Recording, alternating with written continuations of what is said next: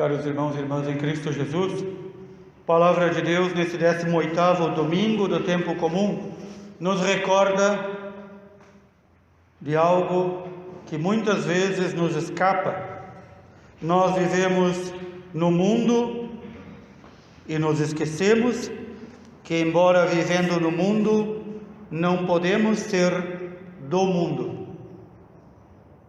A segunda leitura, a carta de São Paulo aos Efésios, que muitos certamente hoje ouviram de relance, mas não prestaram atenção, nos explica claramente sobre isso.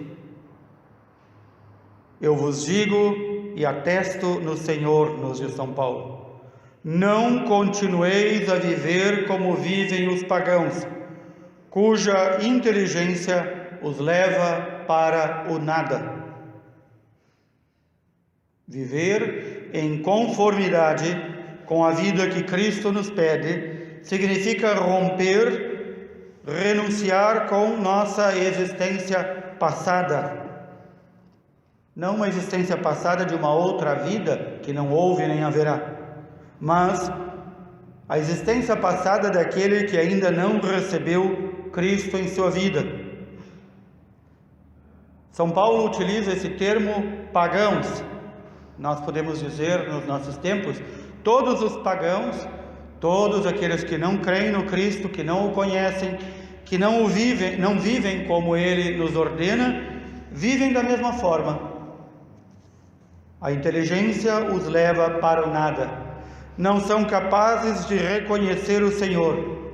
E, portanto, a sua vida em nada difere, a nossa vida em nada difere destes pagãos e destes não crentes, quando nós, que somos batizados, vivemos como eles. E como é que eles vivem? Vivem enredados por suas paixões. Vivem enredados pela sua mentalidade curta. Vivem enredados por um espírito, que a palavra de Deus utiliza o termo, o espírito embotado. Não consegue compreender as coisas. Aquele que recebeu Cristo em sua vida consegue dar sentido a todas as coisas, as alegrias e as tristezas que tem no mundo. Aquele que não recebeu Cristo em sua vida é o eterno queixoso, é o eterno reclamão, é o eterno murmurador. Tudo está mal, tudo está ruim. É aquele tipo de gente que se nota que não é cristão, porque quando se pergunta como vai, como um simples cumprimento civil, como vai, a pessoa faz uma lista de todas as doenças, dores e sofrimentos e perdas. Ela não consegue ver nada de bom. Para ela, a sua vida é negra, escura, retinta. E é a vítima de todas as perseguições, e é a vítima de todas as desconfianças, e é a vítima do mundo. É a pessoa que se faz servo sofredor de si mesmo. Este ainda não vive como cristão. Ele não consegue ainda compreender que as dores e sofrimentos que todos nós temos são parte da condição normal humana. Ele tem que se queixar. E assim como ele faz uma lista de todas as doenças, dores que tem, ele faz também uma lista que supera a de todos os outros. Se alguém disser que está com anemia, ele diz que a dele é profunda. Se alguém disser que teve uma pontada, aí ele diz que a dele é dupla. Não só nas doenças, mas também no dia a dia. É a pessoa que ainda não aprendeu a se amar com as suas deficiências e dificuldades, e não aprendeu ainda a deixar Cristo viver em sua vida. O saudoso Papa João Paulo II escreveu uma belíssima carta aos doentes. Ele, um homem doente como era, escreveu falando da dor e do sofrimento que, vistos e vividos com Cristo, são redentores para nós. A aquele que ainda não vive em Cristo, não deixa Cristo viver em si, tudo é sofrimento, tudo é dor. E podemos ter a clareza e a certeza que esse tipo de gente que não se ama, que não reconhece os seus limites e que ainda não soube interpretar dor e sofrimento sob a óptica de Cristo, podemos ter certeza que esta pessoa é amarga e faz a vida amarga daqueles com os quais convive. É o eterno queixoso, é o eterno murmurante. Cuidado, cuidemos, caríssimos irmãos. Uma das coisas que o Senhor abomina é a murmuração. O Senhor tem verdadeiro ódio dos murmurantes. Primeira leitura do livro do Êxodo fala deste povo murmurante, sempre se queixando de Deus. Quando é libertado da escravidão e vai para o deserto, na sua caminhada de 40 anos para a terra prometida, a primeira coisa que se queixam, a primeira coisa que murmuram é que não tem pão e não tem carne. E notemos que todo o murmurador, todo o queixoso é também um mentiroso. Notemos isso. O povo que devia ser grato a Deus porque foi libertado da escravidão, mostra esta ingratidão e esta mentira quando diz assim: era melhor termos ficado escravos no Egito, lá nós tínhamos pão e panelas de carne a nos fartar. Mentirosos, eram escravos, não recebiam pão nem carne, recebiam legumes e cebola, quando muito. Vejam que todo murmurador não é pessoa confiável, todo murmurador é mentiroso, e mais ainda, todo murmurador é ingrato. É por isso que Deus abomina os murmuradores, e é por isso que Deus diz que os murmuradores não terão parte no reino de Deus, ou seja, não irão para o céu, a não ser que se convertam. Aqui não se trata de usar de um psicologismo barato, tão comum hoje dentro da igreja, de dizer que a gente deve ver tudo como se fosse um arco-íris e uma vida feliz, mas saber interpretar todas as coisas segundo a providência de Deus. Se Deus me permite passar pela dor e sofrimento, se Deus me permite perder entes queridos, se Deus me permite ser muitas vezes rechaçado e não querido, se Deus me permite tudo isso, não está aí a mão da providência de Deus que me guia e me guarda e quer me ensinar algo? Pensemos sobre isso. Usemos a nossa inteligência não para nos levar ao nada, não para sermos enredados em nossas paixões enganadoras, não para viver uma vida velha de homem velho, mas para renovar nossa mentalidade. A palavra conversão significa exatamente isso: mudança de mentalidade. Quem ainda não mudou a sua mentalidade, se diz cristão e vive como um murmurador, saiba, ainda não é cristão, ainda não vive como cristão. Revestirmos-nos do homem novo, que significa isto: criado à imagem de Deus em verdadeira justiça e santidade. Significa, acima de tudo, aprender de Cristo, deixar que Ele viva em nós, para vivermos, como diz São Paulo, nele vivemos, nele nos movemos e nele somos. Este povo murmurador acompanha também o Senhor, que após ser alimentado, aqueles 5.000 homens, fora mulheres e crianças, após serem alimentados, correm por toda a extensão do lago, do mar da Galileia, para buscar Jesus. E eles o buscam até na cidade de Cafarnaum, do outro lado do mar. Para quê? Para que os cure de suas doenças físicas e espirituais, para que encha novamente a sua barriga de alimento. E então Jesus, ao ouvir a pergunta: Mestre, como chegaste aqui? Ou seja, como é que o Senhor se nos escapou? Ele não responde, mas ele diz: vocês estão me procurando não porque vistes os sinais que eu faço, mas porque comestes pão e ficastes satisfeitos. E então nos dá esta ordem: esforçai-vos não pelo alimento que se perde, mas pelo alimento que permanece até a vida eterna. Esforçai-vos não para conquistar as coisas do mundo, é isso que nos diz o Senhor, mas esforçai-vos para alcançar aqui no mundo a única coisa necessária, a vida eterna.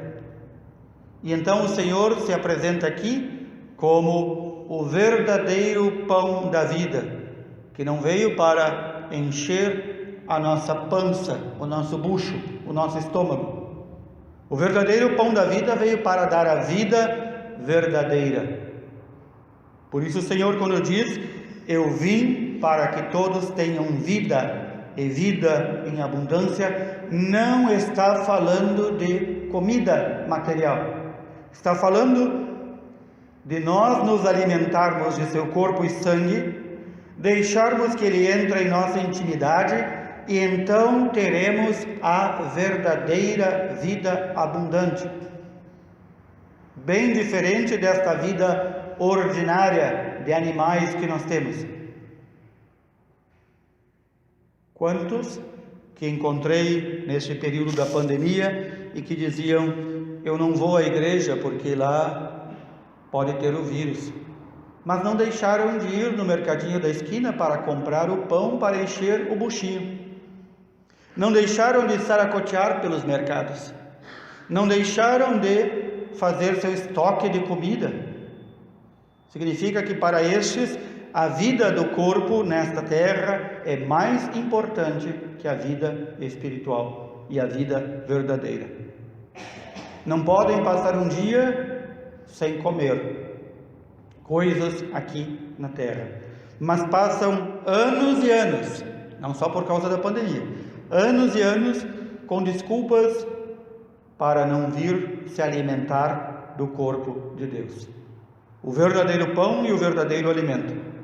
E então, para estes deve-se dizer: ainda não receberam a Cristo, ainda não deixaram Cristo entrar em sua intimidade, ainda são pagãos, ou, como diziam os saudosos Papa João Paulo II e o Papa Bento XVI, pior que pagãos, porque foram batizados e deveriam saber que há um único alimento necessário e que a vida eterna é o grande objetivo a ser buscado aqui nesta vida na terra. Não há outro, não há nenhum outro objetivo maior. Quando nós nos damos conta que este curto espaço de tempo aqui na terra que temos, chamado vida terrestre, este curto espaço de tempo, nós o desperdiçamos, nós pisoteamos, nós o utilizamos com coisas que não têm nenhum valor para a vida eterna, então nós percebemos o quanto falhamos. Mas o Senhor quer entrar em nossa intimidade, e o Senhor não força ninguém a nada. É por isso que chamamos também a Sagrada Eucaristia, o corpo e sangue do Senhor, de comunhão. O que significa? Significa que por meio da Sagrada Eucaristia nós entramos em comunhão com o Senhor. Não é a Eucaristia que é comunhão, ela nos permite fazer comunhão com o Senhor. Então, pela Eucaristia, nós somos preservados de viver uma vida como pagãos. Nós somos preservados de viver uma vida como bovinos, porque há muitos que vivem como bovinos. Aqui, recordemos que o Senhor nos diz: eu sou o pão da vida. Não há outro pão que nos dá vida. O pão aqui da terra ele apenas sustenta o corpo, mas o pão da vida sustenta o corpo e a alma. É também um preventivo contra o pecado. É também um preventivo contra todo o mal. O pão da vida, que é o Senhor Jesus, nos exige que para nós entrarmos em comunhão com Ele, já aqui na terra, e na comunhão futura, na vida eterna, que seja consumido. Por isso o Senhor diz na última ceia: isto é o meu corpo, isto é o meu sangue. E ele repete novamente estas palavras em cada Santa Missa: isto é o meu corpo, isto é o meu sangue. Quem come deste pão e bebe deste vinho terá a vida eterna. Mas atenção, já São Paulo nos alerta para não buscarmos ou não tomarmos ou não recebermos o corpo do Senhor de modo indigno. O que significa isso? Se por desgraça estivermos em pecado mortal, se tivermos pecado contra os mandamentos de Deus, devemos buscar a Sagrada Confissão para então recebermos a Sagrada Comunhão. No início da Igreja, nossos irmãos e irmãs eram tão escrupulosos em receber o corpo e sangue do Senhor, que muitas vezes recebiam apenas no final de sua vida. O que significa isso? Que se preparavam muito bem. Mais adiante, passados alguns séculos, nossos irmãos e irmãs recebiam o corpo do Senhor escrupulosamente nos domingos, após ter se confessado no sábado. Sem a confissão no sábado, eles não recebiam a comunhão do corpo e sangue do Senhor no domingo. E em muitos lugares ainda, entre nossos irmãos cristãos do Oriente, assim permanece esta prática. Não é uma prática imposta, é uma prática que o próprio povo de Deus percebeu necessária. Notemos a diferença entre nós, aqui do Ocidente, quando há a distribuição da Sagrada Eucaristia. Podemos ver, tanto pela televisão quanto nos grandes eventos de romarias, de missas lotadas, todos vão receber Jesus. O número dos que recebem Jesus na Eucaristia é imenso. O número dos que se confessam, talvez, contando em dedos de uma mão, não se complete uma mão inteira. Significa que nós vivemos numa época, como já nos alertava também o saudoso Papa Pio XII, em que perdemos a noção do pecado, que nos consideramos merecedores. A Eucaristia não é prêmio. A Eucaristia, nenhum de nós pode merecê-la. A Eucaristia não é algo que nós tenhamos direito. Por último, quero recordar que neste domingo, o primeiro domingo de agosto, nós fazemos memória também de algumas vocações, no caso específico da vocação sacerdotal, porque no dia 4 próximo é o dia de São João Maria Vianney, padroeiro de todos os sacerdotes, de todos os padres e bispos. E ao fazermos memória da vocação sacerdotal, nós devemos pedir, como sempre peço, que rezem pelos vossos sacerdotes. Nunca, como nos tempos em que vivemos, o sacerdócio é tão desprezado. Primeiramente, pelo mau exemplo de tantos padres e mau exemplo de tantos bispos. Primeiramente por isso, devemos aqui fazer o mea culpa, minha culpa. Depois, porque o mundo odeia aquele que entre nós representa o próprio Cristo. Normal que odeie. O Senhor assim já disse que seríamos odiados se fôssemos fiéis seguidores. Portanto, neste domingo, quero pedir a todos também que coloquem como intenção desta semana rezar mais profundamente pelos vossos padres e bispos. Nós necessitamos da oração do povo de Deus. Nós somos quase que 24 horas por dia chamados a rezar por esta ou aquela pessoa, por esta ou aquela necessidade. Não só diante do leito dos doentes, dos enfermos, mas também com o avanço das redes sociais, nos chegam diariamente centenas de intenções de pessoas que pedem a nossa oração. Nada mais justo que todos vós também rezeis por nós e procurem ajudar na formação sacerdotal. A formação sacerdotal não é apenas descobrir vocações e enviar para os seminários, é ajudar a manter os seminários, porque lá no seminário não cai maná do céu, não vem as codornizes no início da manhã ou início da tarde. Também o seminário precisa de ajuda material, além da ajuda espiritual das orações. E também um terceiro ponto, além da ajuda material e espiritual, também a ajuda da fiscalização. Sim, nunca como antes precisamos que o povo de Deus visite os seminários, visite os seus bispos e procure saber quem são os candidatos a futuros sacerdotes. Não é uma função exclusiva do reitor do seminário, é uma função de cuidado, carinho e formação de todo o povo de Deus, porque depois não se consegue entender como é que aparecem tantos padres tão esquisitos e tão estrambólicos e com tantos defeitos claros, patentes, quando não com vida corrupta, porque o povo de Deus não fez a sua parte, porque não visitou o seminário, porque não conheceu os seminaristas, porque não se preocupou com a formação, porque muitas vezes não foi ao bispo e apontou o dedo e disse: este não pode ser sacerdote.